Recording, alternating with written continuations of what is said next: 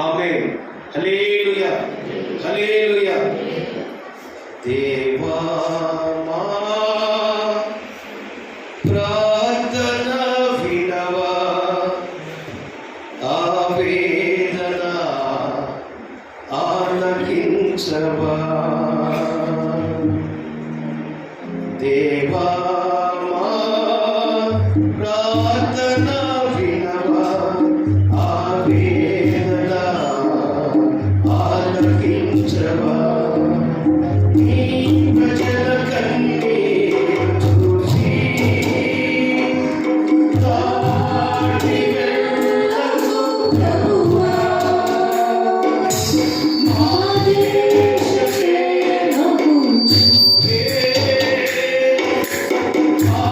ఆశ్రయమైనది చూడకు.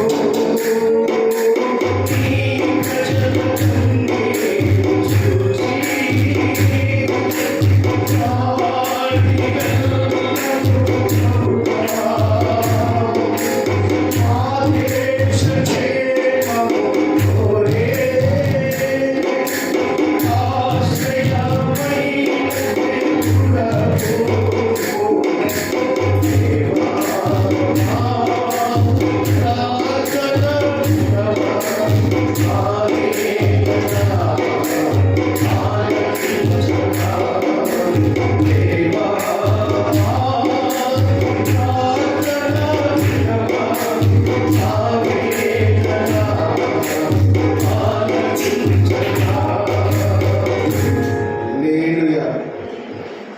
సొలొమోను రాజు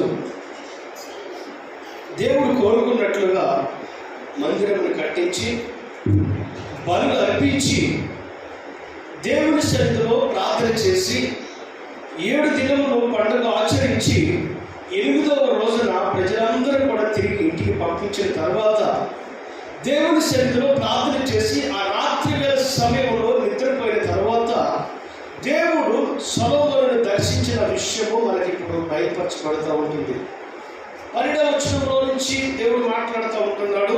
ఇక్కడ అంటాడు కదా, అప్పుడు యెహోవా రాత్రి యందు సొలొమోనునకు ప్రత్యక్షమై ఇలాగు సెలవిచ్చాను, నేను నీ విన్నపములను అంగీకరించి ఈ స్థలమును నాకు బలులు అర్పించు మందిరముగా కోరుకొంటిని. దేవునికి స్తోత్రం చెప్తాం.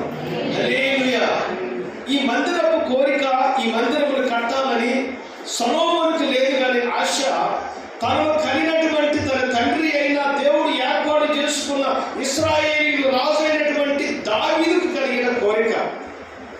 దావీదుకి దేవుని యొక్క మందిరము కట్టాలని, దావీదు ఉన్నతమైన ప్యాలెస్లో ఉంటూ దేవదారు నామం చేత కట్టబడిన ఇంట్లో నివసిస్తూ మంచి పరుపుల మీద పడుకుంటూ ఉంటున్నప్పుడు రాత్రి వేళ తనకు వచ్చిన ఆలోచన, నేనైతే ఎంతో సుఖముగా నిద్రపోతూ ఉంటున్నాను, ఇటువంటి మంచి ప్యాలెస్లో నేను ఉన్నాను, నా దేవుని మందసం అయితే గుడారాల మధ్యలో ఉంటుంది అని భారము కలిగి, బాధ కలిగి, నా దేవుని కొరకు ఒక చక్కటి మందిరమును కట్టాలి, అది సృష్టిలో ప్రపంచంలో ఎక్కడ ఉన్నటువంటి మందిరము నా దేవుని కొరకు నేను నిర్మించాలి. స్తోత్రం చెప్పండి అని దావీదుకు కలిగిన ఆలోచన. అయితే దేవుని ఉద్దేశము దావీదుతో కాదు కానీ తన కుమారుడైనటువంటి సొలొమోను ద్వారా మందిరమును కట్టించడానికి ఇష్టపడి సొలొమోనుతో కట్టించాడు. కట్టించిన సొలొమోనుతో కానీ దానికి కావలసిన ప్రతి వస్తువు సామగ్రిని దావీదు సమకూర్చాడు. హల్లెలూయా. ఇక దాని గురించి మనకు అవసరం లేదు కానీ దేవుని చిత్తమైతే తర్వాత చెప్తాను. మందిరం కొరకు ఎంత బంగారం వాడాడో, ఎంత మెటీరియల్ ఎంత వాడాడనే తర్వాత. అయితే అన్నీ అయిపోయిన తర్వాత 20,000 పశువులను, 1,20,000 గొర్రెలను బలిర్పించి 7 దినములు పండుగను ఆచరించి 8వ దినమును ముగించి పంపించిన తర్వాత దేవుని సన్నిధిలో ప్రార్థన చేసి పండుకున్న తర్వాత ఆ రాత్రి దేవుడు సొలొమోనుకు ప్రత్యక్షమై ఇలా అంటున్నాడు, నేను నీ విన్నపమును అంగీకరించి ఈ స్థలమును నాకు బలులు అర్పించు మందిరముగా కోరుకొంటిని. హల్లెలూయా. బలులు అర్పించు మందిరముగా దేవుడు కోరుకున్నాడు. కోరుకుని అంటున్నాడు కదా, వాడికి కొన్ని విషయాలు చెప్తున్నాడు. మంచిదే, నివాసించినట్లుగా, నేను ఇష్టపడినట్లుగా, నాకు నచ్చినట్లుగా నువ్వు మందిరం కట్టించావు, అయినంత మాత్రాన నేను కోపగించనని, లేకుంటే ఏదో ఒకరతని మీదకు రాదని, లేకుంటే శ్రమ రాదని నువ్వు అనుకోవద్దు అని చెబుతూ సమస్య వచ్చినప్పుడు, శ్రమ వచ్చినప్పుడు, పరిస్థితులు తారుమారినప్పుడు నువ్వు చేయవలసిన విధానం ఏంటో చెప్పేసి చెప్తా ఉంటున్నాడు. ఏమైనా దేవుని సంగమ, దేవుని దగ్గరికి వచ్చినంత మాత్రాన, ప్రార్థనను మనం చేస్తున్నంత మాత్రాన, ప్రభు బిడ్డలుగా మార్చబడినంత మాత్రాన శ్రమలు రావు అనుకోవడం మాత్రం శుద్ధ తప్పు. హల్లెలూయా. తప్పకుండా మనకు పరిస్థితులను బట్టి శరీరంతో ఉన్నాము కాబట్టి బలహీనతలు వస్తాయి, రోగాలు వస్తాయి, సమస్యలు వస్తాయి, ఆకలి తప్పులు ఉంటాయి. ఇవన్నీ ఒక ఎత్తు, భక్తి మాత్రం ఒక ఎత్తు. హల్లెలూయా. వీటన్నిటిని కూడా సేవించుకుంటూ ప్రభు వైపు తిరిగితే ప్రభు మనకు క్షేమంగా నడిపించి ఉన్నతమైన స్థితిలో దేవుడు మనం నిలబెడతాడు అంటున్నాడు కదా. ఇక్కడ ఏమంటున్నాడు 11వ వచనంలో, వాన కురియకుండా నేను ఆకాశమును మూసివేసినప్పుడే కానీ. అంటే ఎవరు చేస్తారు ఈ విషయాలన్నీ? రిఫరెన్స్ ఉన్నాయి కానీ నేను ఈ 4 విషయాలు చెప్పడానికి నేను రిఫరెన్స్ చెప్పట్లేదు. దేవుడే కనుక వర్షం లేకుండా ఆపేస్తే ఆపేడే లేదు చెప్పండి. ఏలియా మనలాంటి మానవుడే కదా. ప్రార్థన చేయగా ఏం రాలేదంటండి, భూమి మీద వర్షము కురవలేదు. ఎప్పుడైతే మరలా దేవుడి వైపు తిరిగి ప్రార్థన చేశాడో భూమి మీద వర్షం కురిసింది, పంట పండేది. దేవుడు ఆపాలంటే ఆపగలుగుతాడు, ఇప్పాలంటే విప్పగలుగుతాడు. మన జీవితాన్ని బట్టి ఆధారపడదు. అన్ని కుటుంబాలు దీవించబడుతున్నాయి, అన్ని ప్రాంతాలు దీవించబడుతున్నాయి, అందరు వ్యక్తులు ఉన్నతమైన స్థితిలో వెళ్తున్నారు. నా పరిస్థితి ఏంటి అంటే ఇంకా ఏదో మనం చేయవలసిన విషయాలు ఉన్నాయి, నేర్చుకోవలసిన విషయాలు ఇంకా చాలా ఉన్నాయి. నేను వాన కురియకుండా ఆపివేసినప్పుడే కానీ. గత 2 నెలలుగా మనం న్యాయాధిపతుల గ్రంథాన్ని మనం చదువుతూ వచ్చాం. న్యాయాధిపతులు దేవుడు ఎందుకు ఎన్నుకున్నాడు? ఎన్నుకున్న తర్వాత ప్రజలు నడిపించిన తర్వాత, ఆ న్యాయాధిపతి చనిపోయిన తర్వాత మరలా ఆ దేశం మీదకి, ఆ ప్రజల మీదకి ఉగ్రత ఎందుకు వస్తుంది? ఆ ప్రజలు తీసుకెళ్ళి అన్యుల చేతికి ఎందుకు అప్పగిస్తున్నాడు దేవుడు? అమ్మోనీయుల చేతికి, బెజ్జుల చేతికి, ఫిలిస్తీన్ల చేతికి ఇశ్రాయేలీయులు ఎందుకు అప్పగిస్తున్నాడు? కారణం మనం చూసాం. వాళ్ళు చేసిన అవిధేయత, వారు చేసిన విగ్రహారాధన, దేవుడికి నచ్చని హేయమైన క్రియలు చేసిన దానిని బట్టి దేవుడే తీసుకెళ్ళడానికి అప్పగించాడు. మన దేశంలో జరుగుతున్న కరువు పరిస్థితులు, జరుగుతున్న తారుమారు, ఒకవేళ నువ్వు చేసే ప్రార్థన సరిపోతుందేమో. ప్రియమైన దేవుని బిడ్డ, నీ ప్రార్థన ఎంత శక్తివంతమైనదో, నీ ప్రార్థన దేశానికి ఎంత అవసరమో, నీ ప్రార్థన వల్ల దేవుడు దేశంలో చేయబోతున్న కార్యంలో ఆగిపోతున్నాయేమో ఒకసారి ఆలోచన చేయి. మనం ప్రార్థన చేయట్లేదని అనట్లేదు. ఒకవేళ నీ ప్రార్థన నీ గురించి, నీ కుటుంబం గురించి, నీ బిడ్డల గురించే ఉందేమో. నశించిపోతున్న జనాల గురించి నువ్వు ప్రార్థన చేయట్లేదేమో. నీ కుటుంబ స్వజనుల గురించి, రక్షణ లేని వారి గురించి నువ్వు అంగలార్చట్లేదేమో. నశించిపోతున్న నరకానికి వెళ్తున్న ప్రజల గురించి, అరాచకాల గురించి నువ్వు మొదలుపెట్టట్లేదేమో. ఒకసారి జ్ఞాపకం చేసుకో. నీ ప్రార్థన ఎక్కడ వరకు వెళ్తూ ఉంటుంది? దేవుని గురించి నువ్వు ప్రార్థన చేస్తూ ఉంటున్నావు. దేవుని సన్నిధిలో మోకరించినప్పుడు నీ దేశం నీ గుర్తు రావట్లేదా? నశించిపోతున్న ప్రజల గుర్తు రావట్లేదా? నీ తోటి వారి గుర్తు రావట్లేదా? నీ స్వజనుల గుర్తు రావట్లేదా? నెహెమ్యా భక్తుడు అంటాడు కదా, జెరుబ్బాబెలు ప్రార్థన చేస్తాడు, ప్రభువా నా పితరులు పాపం చేశాడయ్యా, నా తల్లిదండ్రులు చేసిన పాపమును, నా పితరుల పాపమును, మా పాపమును నీ సన్నిధిలో ఒప్పుకుంటున్నాం ప్రభువా, మమ్మల్ని క్షమించు. ప్రార్థన చేయగా దేవుడు ప్రార్థన ఆలకించాడు. నువ్వు చేసే ప్రార్థన ఎలా ఉంటుందో ఒకసారి ఆలోచన చేయడం. దేవుడు బిడ్డ, నీ ప్రార్థనలో దేవుడికి ఇష్టమైన విషయాలు ఉన్నాయా? నీ ప్రార్థనలో దేవుడు ఇష్టపడి నచ్చినటువంటి మాటలు మనం వర్ణిస్తున్నామా? లేకుండా సొంతగా మన గురించి ఎక్కడ చూసినా కొంతమంది ప్రార్థన మన ఇంటి చుట్టే తిరుగుతుంది, మన ఇంటి చుట్టే తిరుగుతుంది. నేను నా భర్త నా పిల్లలు, నేను నా భార్య నా పిల్లలు, ఇంత బట్టికే తిరుగుతూ ఉంటాను. దీన్ని దాటి విస్తరించి నీ ప్రార్థన దేశ సరిహద్దులు దాటి. స్తోత్రం చెప్పండి. దేశ సరిహద్దులలో నెమ్మది ఉండాలంటే, దేశ సరిహద్దులలో శాంతి ఉండాలంటే, దేశము ప్రశాంతంగా ఉండాలంటే నీ ప్రార్థన చాలా అవసరము, చాలా అవసరం అంటున్నాడు కదా. వానే కురియకుండా ఉన్నప్పుడే కానీ, ఆకాశంలో మూసివేసినప్పుడే కానీ, దేశమును నాశనము చేయటకు మిడతలను సెలవిచ్చినప్పుడే కానీ, నా జనుల మీద తెగులు రప్పించినప్పుడే కానీ. అంటే ఇటువంటి విషయాలు జరుగుతున్నప్పుడల్లా కూడా హల్లెలూయా అంటే దేవుడి దగ్గర నుంచి వచ్చే ఏమైనా శ్రమ ఉంటుంది, మన చేతులారా చేసుకునే కూడా కొన్ని ఉంటాయి. అటువంటి పరిస్థితుల్లో కూడా నీవు చేయవలసిన పని ఏంటి అని అంటున్నాడు. మనం ఏం చేస్తాం? శ్రమ వచ్చినప్పుడు ఓకేనా, శ్రమ వచ్చినప్పుడు, బాధ వచ్చినప్పుడు, సమస్యలు వచ్చినప్పుడు, అందులోంచి మనం బయటికి రాలేనప్పుడు అనిపిస్తుంది కదా, నిరుత్సాహపడిపోతాము, దేవుడు ఉన్నాడు అసలు. దేవుడు అనేవాడు ఉంటే నాకు ఎందుకు ఇంత శ్రమ, నాకే రావాలా? అదే ఆశీర్వాదం వస్తే ఎందుకు అన్నమాట, మీరు ఎందుకు అన్నమాట. ఒకవేళ అటువంటి పరిస్థితి నీకు వస్తే నిన్ను దేవుడు శుద్ధ శోధనం చేయడానికి చేసి ఉంటాడు. దాని స్తోత్రం చెప్పండి. దేవుడికి నువ్వు ఇష్టం కాబట్టి, దేవుడు నేను ఇష్టపడుతున్నాడు కాబట్టి ఆ శ్రమ నీకు వచ్చింది. చాలాసార్లు చెప్పాను. ఆర్ఎస్ఎస్ దాడి జరిగి దాంతో పాస్టర్ గారు బాగా కొట్టిన తర్వాత అందరూ జాగ్రత్తపడ్డారు. లాభి తండ్రి ఎవరంటే పాస్టర్ గారికి జ్ఞాపకం చేసుకున్నాడు దేవుడిని. దాన్ని హల్లెలూయా. ఏమన్నాడు? ఇప్పుడు జ్ఞాపకం చేసుకున్నాడు దేవుడు నిన్ను అంటే నిజమే కదా అనిపించింది. అప్పట్లో బాధ అనిపించింది. ఇదేంటి వాడు బాగా కొట్టి ఇది చేస్తే బాధ పెడితే అయ్యో అట్లా జరిగిందా అని సానుభూతి చూపిస్తాడు అనుకుంటే ఇప్పుడు జ్ఞాపకం చేసుకున్నాడు దేవుడు అంటున్నాడంటే అనిపించింది. తర్వాత అర్థమైంది దాంట్లో ఆశీర్వాదం. హల్లెలూయా, హల్లెలూయా. అందుకే వాక్యం అంటుంది కదా, శ్రమ దినమున నీవు కృంగిన ఎడల చాతకాని వాడు అవుతావు. నీకు సమస్య వచ్చినప్పుడు నువ్వు కృంగిపోతే, బాధ కలిగినప్పుడు కృంగిపోతే, అనారోగ్యం వచ్చినప్పుడు కృంగిపోతే, నువ్వు అనుకున్నది కానప్పుడు కృంగిపోతే, నా దేవుడు సమర్థుడు కాదా, చాతకాని వాడా?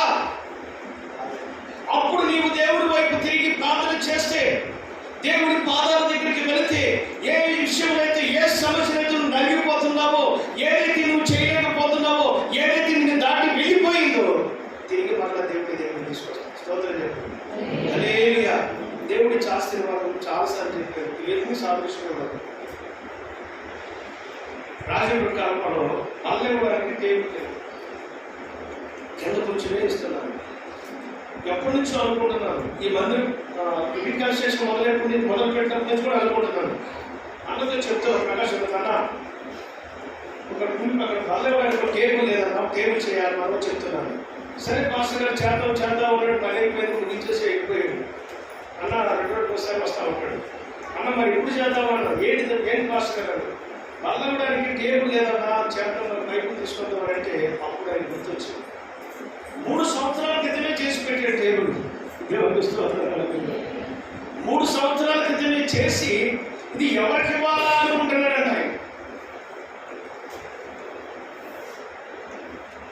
సరే విన్నాడు, వెళ్ళిపోయాడు. తెల్లారినప్పుడు తీసుకొచ్చి పెట్టాడు. ఎలా ఉంటుందో చూడండి ఒకసారి. ఆయన చేసేదంతా స్టాండర్డ్ ఉంటుంది, ఏదో ఐరన్ చక్కగా చేయలేదు. ఆయన ఎస్ఎస్ పైపులతో చేసి అంతా కూడా బోర్డులు ఫిట్ చేసి వెల్డింగ్ చేసి అంతా బఫీ కూడా తీసుకొచ్చి పెట్టాడు. Last glass వేసుకోమన్నాడు.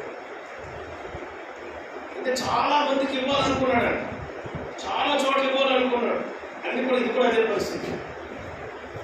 మీకు అర్థమవుతుంది కదండి. ఆ ర్యాక్ కూడా అదే పరిస్థితి, మన భోజనం పెట్టిన టేబుల్ కూడా అదే పరిస్థితి. పాస్టర్ గారు చేయమంటే చేసాడు. అనేది చేసిన తర్వాత తీసుకెళ్ళిన తర్వాత ఇంకా అక్కడ ఏదో విషయం జరిగిందనమాట. ఆ సిలువ కూడా చేసి చాలా రోజులు అవుతుంది. నేను అక్కడికి వెళ్ళిన తర్వాత ఆ సిలువను చూపించాడు. మనకన్నా చెప్పలేదు, ఎవరికన్నా ఇద్దాం అనుకున్నాడు. అయితే నాకు కూడా ఆ సిలువ తీసుకోవాలని ఇష్టం లేదు. మనకు కూడా సిలువ పెయింట్ చేసి దానికి గ్లాస్ పెయింట్ చేసి పెడదాం అనుకున్నాం. తీరా రోజు అక్కడికి వెళ్ళిన తర్వాత హాస్పిటల్ పట్టుకొని తీసుకుని ఆ సిలువ తీసుకుని పక్కన తెప్పించి అంతా భర్తీ చేసిన తర్వాత మొత్తం రెడీ చేసి తీసుకొని వెళ్ళిపోయాడు. హల్లెలూయా. అంటే దేవుడు కనుక నీ గురించి దాచి పెడితే దాని గురించి ఎంతమంది అయినా రావచ్చు. మనం అనుకుంటాం మనకన్నా ముందుగా వాళ్ళు ఎంతున్నారు కదా, ఇది వాళ్ళకి అయిపోతుందేమో, వాళ్ళు తీసుకుని వెళ్ళిపోతారేమో అనుకుంటాం. కనుక దేవుడు ఎవరికొంత దాచి ఉంచాడో వాటికి మాత్రమే ఇస్తాడు. అనిపిస్తుంది. ఈ మందిరము మనకన్నా ఒక రోజు ముందు ఒక వ్యక్తి అక్కడికి వెళ్ళాలి. ఆ వ్యక్తి అక్కడికి వెళితే ఏం జరిగేదో మనకు తెలియదు. అయితే ఆ వ్యక్తిని దేవుడు ఆపేసి 2 రోజులు రాకపోతే దేవుడు ప్రయోగకరంగా సరే వాక్యంలో నేను అంత ఎందుకు చెప్తానంటే, నువ్వేదైనా ఆశించినప్పుడు, దేవుడు ఏదైనా నీకు ఇవ్వాలనుకున్నప్పుడు, అది నిజంగా నీకు ఇచ్చేదిగా ఉంటే దాని దగ్గరికి ఎప్పుడు వచ్చినా, ఎన్ని సాధించినా, ఎటువంటి ప్రయత్నాలు జరిగినా అది నీకు తప్ప ఎవరికి చెందలేదు. హల్లెలూయా. మనం చేయవలసింది ఏంటంటే ఆయనకి చెందవలసిన మహిమ ఆయన. హల్లెలూయా. ఆయన మహిమను ఆయనకి ఇచ్చినప్పుడు మనకి ఏది కావాలో అది దేవుడు మనకే ఇస్తాడు. సరే మంచిది. ఇక్కడ అంటున్నాడు కదా, ఇటువంటి పరిస్థితులు వచ్చినప్పుడు నా పేరు పెట్టబడిన నా జనులు నన్ను ఇచ్చారు. అంటే ఈ లోకంలో చాలా మంది ఉన్నారండి, కానీ దేవుడు ఏర్పాటు చేసుకునేది ఎవరిని? కానీ ఏర్పాటు చేసుకున్న వంశం ఇశ్రాయేలు గురించి మాట్లాడుతున్నాడు.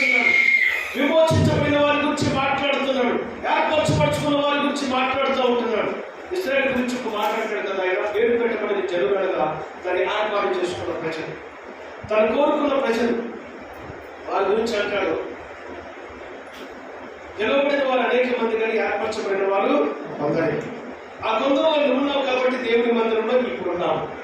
ఈ మాట ఎందుకు చెప్తున్నానంటే, ఓ ఇశ్రాయేలు వినుము, నీ భాగ్యము ఎంత గొప్పదో అని అన్నాడు. చెప్పండి ఒకసారి, ఓ ఇశ్రాయేలు వినుము, నీ భాగ్యము ఎంత గొప్పదో.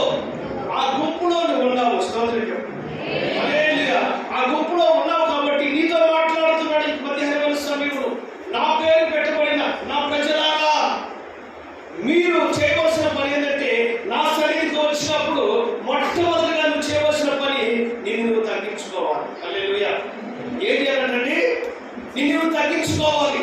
ఈ లోకరీత్యా నువ్వు ఉన్నతమైన స్థితిలో ఉండొచ్చు, ఒక ఉన్నతమైన స్థానం కలిగి ఉండొచ్చు, మంచి ఉద్యోగం ఉండొచ్చు, మంచి పేరు ప్రఖ్యాతులు ఉండొచ్చు, మంచి నాయకత్వం ఉండొచ్చు, మంచి వ్యాపారం ఉండొచ్చు. ఈ లోకంలో నువ్వు ఏదైనప్పటికీ దేవుని సన్నిధికి వచ్చినప్పటికి ఎలా ఉన్నాడంట? ఎలా ఉన్నా చెప్పండి. నీకున్నాయన్ని బయట విడిచిపెట్టి దేవుని సన్నిధికి రావాలి. నువ్వు ఎవరి దగ్గరికి వస్తున్నావు తెలుసా? నీకు నన్ను ఏర్పాటు చేసిన ఆ దేవాది దేవుని పాద దగ్గరికి వస్తున్నావు. చాలాసార్లు మీరు చెప్పాడు, పెద్ద పోలీస్ ఆఫీసర్, తన కనుక పెద్ద సెక్యూరిటీ, ప్రతి ఆదివారం 9 గంటలకు ప్రార్థన 8 గంటలకే వచ్చేసాడు. ఆ గేట్ వరకు వచ్చిన తర్వాత సెక్యూరిటీ చెప్పేవాడంట, ఇప్పటి వరకు నేను మీకు బాస్ లేదు, ఇప్పుడు నేను నా బాస్ దగ్గరికి వెళ్తాను. హల్లెలూయా. మా బాస్ దగ్గరికి నేను వెళ్తున్నాను, మీరు ఇక్కడ ఉండిపోండి అని అక్కడ బయట పెట్టి మందిరంలోకి వచ్చి ఆ టేబుల్ని తుడిచేయండి, పరిచయం చేసి ప్రార్థన అయ్యేంత వరకు కూర్చొని, ప్రార్థన అయిపోయిన తర్వాత అన్ని కూడా సరిచేసి దైవ సేవకుల దగ్గరికి వచ్చి మోకరించి ప్రార్థన చేయించుకుని తిరిగి వెళ్ళి అప్పుడు రెండే పిలిచాను. హల్లెలూయా. నేను నాకు మంచి హోదా ఉంది కదా, చాలా మంది అనుకుంటారు కదండి, తగ్గింపు జీవితం ఉండదు. నేను కాబట్టి, నేను కాకపోతేనా, నేను లేకపోతేనా, నెబుకద్నెజరుకు వచ్చిన ఆలోచన దేవుడు తారుమారు చేశాడు. హల్లెలూయా. నేను కాబట్టి ఇంత పెద్ద నగరం కట్టాను, నేను కాబట్టి ఇంత విస్తీర్ణమైన రాజ్యాన్ని పరిపాలన చేస్తున్నానని ఆ ఆలోచన మనసులోకి ఎప్పుడైతే వచ్చిందో వెంటనే ఆకాశం నుంచి దేవుడి స్వరం ఏ దేని గురించి అయితే నువ్వు గర్వించావో, దేని విషయంలో అయితే నేను కలని అనుకున్నావో అది నీకు లేకుండా చేస్తాను. హల్లెలూయా. చాలా విషయాలు ఉన్నాయి. ఒక మాట చెప్తాను. ఈ మధ్యకాలంలో ఒక దైవ సేవకుల గురించి నేను విన్నాను. ఆ దైవ సేవకుడు చాలా ప్రార్థన పరుడు, ఇప్పటికీ ఉన్నాడు, కనిపిస్తున్నాడు, మంచి అభిషేకం కలిగిన సేవకుడు. ఏదో దేవుడు చెప్తాడు, నా దగ్గర వస్తానేమో నీకు తెలియదు, కానీ అనేకమైన కార్యాలు చేసేవాడంట. ప్రార్థన చేస్తే స్వస్థతలు కలిగేవి. కుంటివారు నడిచేవారు, గుడ్డివారు చూసేవారు, అంగవైకల్యం కలిగిన వారు స్వస్థత కలిగేది. ఇటువంటి పరిస్థితుల్లో ఒక దగ్గర మీటింగ్ జరుగుతుంది రాత్రి వేళ సమయంలో. చాలా మంది జనం వచ్చేటువంటి రౌండ్. ఆయన ప్రార్థన చేయగా గొప్ప కార్యాలు జరుగుతున్నాయి, స్వస్థతలు జరుగుతున్నాయి, అన్ని చాలా చాలా అద్భుతాలు జరిగినాయి. అయిపోతూ ఉండగా ఆఖరిలో ఒక యవనస్తురాలు తీసుకొచ్చారు. కొన్ని సంవత్సరాల నుంచి సాధారణ బట్టి ఆమె పీడిస్తూ ఉంటుంది, దైవం చేత పీడించబడుతుంది. ఆమె ఎలా అయిందంటే, వయస్సులో ఉన్న పాప యవ్వన కాలంలో ఉన్న యవనస్తురాలు వృద్ధులల్లా అయిపోయి, కాలు చేతులు నడుము ముడుచుకుపోయి ఇలా అయిపోయిందంట. ఎలా అయిపోయిందండి? ఇలా అయిపోయింది, వంగిపోయింది, చేతులు ముడుచుకుపోయింది, కాలు ముడుచుకుపోయింది, నడవలేని పరిస్థితి. తీసుకొచ్చిన తర్వాత ప్రార్థన చేశాడు. యేసు నామములో సాధారణ బిడ్డని విడిచిపో, గట్టిగా కేకలేసి చేతులు ఇట్లా సడలించేటప్పుడు పట్ట పట్ట పట్ట పట్ట పడి నరాలన్నీ కూడా సడలించబడింది. నడుము నిటారుగా నిలబడింది, కాళ్ళు నిలబడింది, భక్తులు వేసుకుంటూ గ్రౌండంతా పరిగెట్టిందంట. అప్పుడు ఆ దైవ సేవకు అనుకున్నాడంట, నేను ప్రార్థన చేశాను కాబట్టి స్వస్థత కలిగింది అనుకున్నాను. ప్రార్థన అయిపోయింది, గవర్నమెంట్కి వెళ్ళి దేవుడి సన్నిధిలో ప్రభావానికి పొందనాలు, ఈరోజు చేయించిన కార్యాలు బట్టి నీకు స్తోత్రాలు, మీరు చేసిన స్వస్థతను బట్టి నీకు పొందనాలు. నా సేవకుడా అన్ని బాగానే ఉండే, ఆఖరికి వచ్చిన ఆ యవనస్తురాన్ని స్వస్థపరిచింది ఎవరు అన్నాడు? నీవే ప్రభు అన్నాడు. లేదు లేదు, అక్కడ నువ్వేం మాట మాట్లాడావు? నేను ప్రార్థన చేశాను కాబట్టి స్వస్థత కలిగింది కదా అనుకున్నావు కదా. ప్రభు తప్పైపోయింది, క్షమించండి. నిజమే, ఆ మాట నిజమే, నన్ను క్షమించు, అయినా నా సన్నిధి నీ దగ్గర నుంచి తీసుకొస్తాను. ఏం చెప్పాడు? అయినప్పటికీ నువ్వు క్షమాపణ కోరినప్పటికీ నా సన్నిధి నీ యొద్ద నుంచి నేను దూరం చేస్తున్నాను. ఏడ్చి ఏడ్చి ప్రార్థన చేసిన ఉపయోగం 6 నెలలు పట్టిందట మన తిరిగి కృపను పొందుకోవాలి. 6 నెలలు ప్రార్థన చేసి ప్రభువా నన్ను క్షమించయ్యా, ప్రభువా నన్ను క్షమించయ్యా, నా జీవితంలో ఎన్నడూ ఆ మాట నేను ఉపయోగించను. 6 నెలల తర్వాత మన కృపను పొందుకుని దేవుడు పరిచయం. హల్లెలూయా. ఆ రోజు నుంచి ఈ రోజు వరకు ఆ విషయాన్ని ప్రార్థన చేయాలి, మంచి వాక్యం చెప్పుకోగలుగుతాడు. అంటే చిన్న విషయం అనుకుంటా మనం. నువ్వు ఎంత స్థితిలో ఉన్నా, నువ్వు ఎక్కడికి వెళ్ళినా నిన్ను సృష్టించిన వాడు దేవుడు ఆయనకి లోపడాలి. ఇంకో విషయం మన లోపంలో చూస్తే, నువ్వు ఏ స్థితిలో ఉన్నా, ఎంత స్థితిలో ఉన్నా, ఎంత ఉన్నతమైన సంపాదన కలిగి ఉన్నా, ఏ దేశంలో ఉన్నా, నిన్ను కన్నా నీ తల్లిదండ్రులు మర్చిపోయాడు. హల్లెలూయా. నీకు జన్మనిచ్చి నీ కొరకు కష్టపడి పెంచి ఆ ఉన్నతమైన చదువును చదివించి ఆ స్థితికి నువ్వు ఉండడానికి కారణం ఏంటంటే నిన్ను కన్నా నీ తల్లిదండ్రులు. నీ తల్లిదండ్రులు మర్చితే నీ దేవుడు మర్చిపోతే కదా.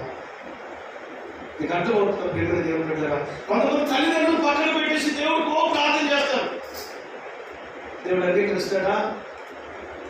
అంగీకరిస్తాడా? చెప్పండి. కొంతమంది తల్లిదండ్రులు మంచిగా చూసుకుంటారు, దేవుడు పక్కకు పెడతాడు. ఈ రెండు చాలా శ్రేష్టమైన. సరే, నా పేరు పెట్టబడిన ప్రజలు తమ్ము తాము తగ్గించుకోవాలి.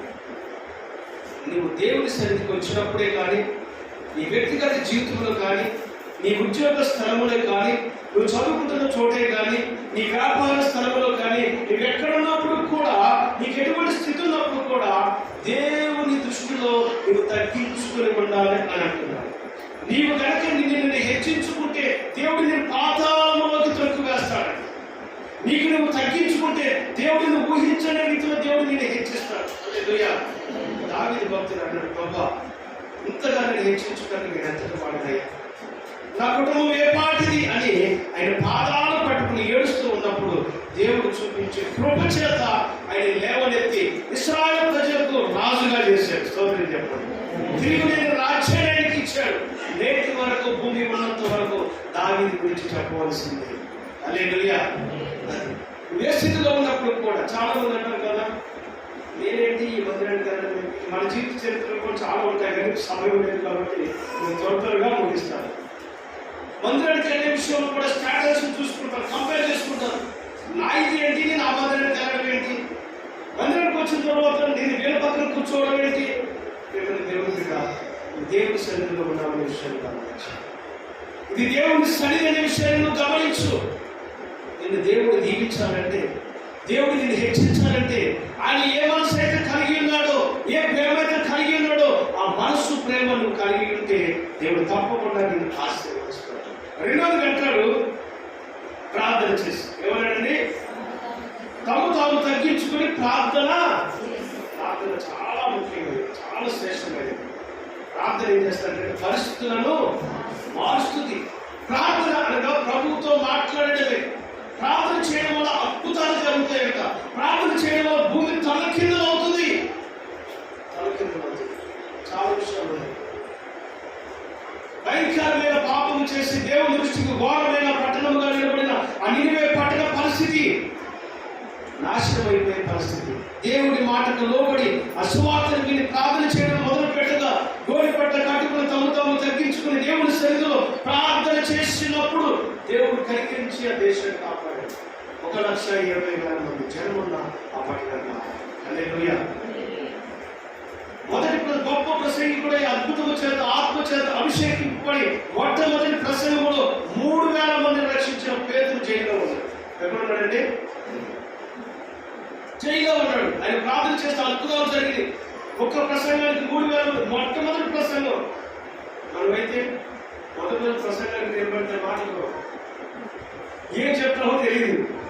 ఏదో డబ్బులో 2 మాటలు చెప్పేసి కూర్చుంటాం, ప్రార్థన కూడా చేయలేము. పేతురు గారు మొదటి ప్రసంగానికి 3,000 మంది రక్షించబడ్డారు. తర్వాత 5,000 మంది ఆదిమ సంఘం అప్పుడు కట్టబడింది. హల్లెలూయా. ఆ పేతురు పట్టుకుని చెరసాలలో వేశాడు. ఆయన పరిస్థితి ఏంటి ఇప్పుడు? ఆయన అనేక మంది గురించి ప్రార్థన చేస్తా ఉన్నాడు. ఇప్పుడు ఆయన ఇస్తే చర్చలో పెట్టి ఆయన గురించి ఎవరు ప్రార్థన చేయాలి? సంఘము ప్రార్థన చేయాలి. సంఘం అత్యాశక్తితో ప్రార్థన చేస్తుంది. పేతురు గారు జైల్లో ఉన్నాడు. సంఘం అంతా దేవుని సన్నిధిలో చేరింది. ప్రభువా మీకు అవసరమైనటువంటి పేతురును రక్షించయ్యా, చర్చల నుంచి విడిపించు. సంఘ ప్రార్థన బలమైనది తెలుసా? సంఘ ప్రార్థన ఎంత బలమైనది తెలుసా? నేనంటే దేవుని సేవకునిగా నువ్వు ఒక సంఘంలో చేర్చబడాలంటే 4 పేతుల గురించి సంఘం అంతా ప్రార్థించినట్టుగా నీ గురించి సంఘం అంతా ప్రార్థన చేస్తుంది. నమ్మితే దేవునికి స్తోత్రం. ప్రతి రాత్రి మోకరించిన తరువాత ప్రభువా నా సంఘంలో చేర్చబడిన ప్రతి వ్యక్తిని తప్పకుండా ప్రార్థన చేస్తాను. ఏదైనా సమస్య వచ్చినప్పుడు, బలహీనత వచ్చినప్పుడు, పాస్టర్ గారు జరిగిందని వెంటనే మెసేజ్ పెట్టగానే మీరందరూ ఏకీభవించి మోకరించి దేవుని సన్నిధిని ఏడ్చి ప్రార్థిస్తారు. హల్లెలూయా. ఎన్ని అద్భుతాలు దేవుడు చేయట్లేదు సంఘం. వారి ప్రార్థన ఎక్కడికి వెళ్ళిందట? దేవుడి సన్నిధికి చేరింది. దేవుడి ఆత్మ దూతను పంపించి ఆ చర్చాల్లో ఉన్న పేతురు దగ్గరికి వెళ్ళిపోయింది. ఇద్దరు భటుల మధ్య సంఖ్యలతో బంధించబడిన ఆ పేతురుని దర్శించింది, లేపింది. సంఖ్య విడిపోయిన పేతురు తీసుకొస్తుంటే నోరు ఊపిపోయింది. ఎక్కడికి వచ్చాడైనా? ఎవరైతే పేతురు గురించి ప్రార్థన చేస్తున్నారో ఆ ప్రార్థన ఇంటికి తగ్గిపడుతుంది. హల్లెలూయా. ప్రార్థన వెన్నుముకలాగా ఏంటిదండి? ఇప్పుడు సంఘ ప్రార్థన ఎవరు కాపాడింది? పాస్టర్ కాపాడింది. ఇప్పుడు ఒక సేవకుడు నిలబడి పరిచయం చేస్తున్నాడంటే, దేవుడి సన్నిధిలో వాడబడుతున్నాడంటే ఎవరు ప్రార్థన చెప్పండి. ఇప్పుడు ఏం పర్వాలేదు, నేను ఒప్పుకుంటున్నాను. సంఘ ప్రార్థనను బట్టి, సంఘం చేసిన ప్రార్థన, విడిచిన కన్నీరు పెట్టిన మొరను బట్టి సేవకుడు నిలబడి పరిచయం జరిగిస్తున్నాడు. దేవుడు పరిచయం పాస్టర్ గారి జీవుడు అంటే పాస్టర్ ప్రార్థన చేసుకోవయ్యా, నీ గురించి నువ్వే ప్రార్థన చేయాలా? నా ప్రార్థన నాదే, కానీ ఈ ప్రార్థన చాలా అవసరం సేవకుడికి. హల్లెలూయా. వెన్నుముక అంటే ఆగిపోతుంది కదా. వెన్నుముక లేకపోతే మనిషి నిలబడలేదు. ఒక మాట చెప్తాను, అంటే చాలా సంవత్సరాల తర్వాత జరిగింది. ఆ విషయం చెప్పకూడదు, కానీ లోతన్ ప్రసాదే సినిమా సంఘం లేకపోతే సేవకుడు ఉన్నా ఒకటే, నేనేమనుకో చెప్పండి. లేకపోయినా ఒక సేవకుడు వాడబడాలంటే, సేవకుడు నిలబడాలంటే సంఘ ప్రార్థన చాలా అవసరం. నేను ఒక్కరు ఎందుకు ప్రార్థన చేస్తున్నాను, చంద్రుడు ప్రార్థన చేస్తున్నాను చేయట్లేదే కదా. అందరి గురించి కానీ హల్లెలూయా. నా కుటుంబం గురించి మీరు అందరూ ప్రార్థన చేస్తున్నారు. అలాగే ఒక్కొక్క కుటుంబం గురించి అందరూ ప్రార్థన చేయడం వల్ల ఇన్ని ప్రార్థనలు ఎక్కడికి వెళ్తున్నాయి? ఓకే, చాలా విషయాలు ఉన్నాయి కానీ ముగిస్తున్నారు. నా పేరు మొట్టమొదటి తమ తగ్గించుకోవాలి, ప్రార్థన చేయాలి.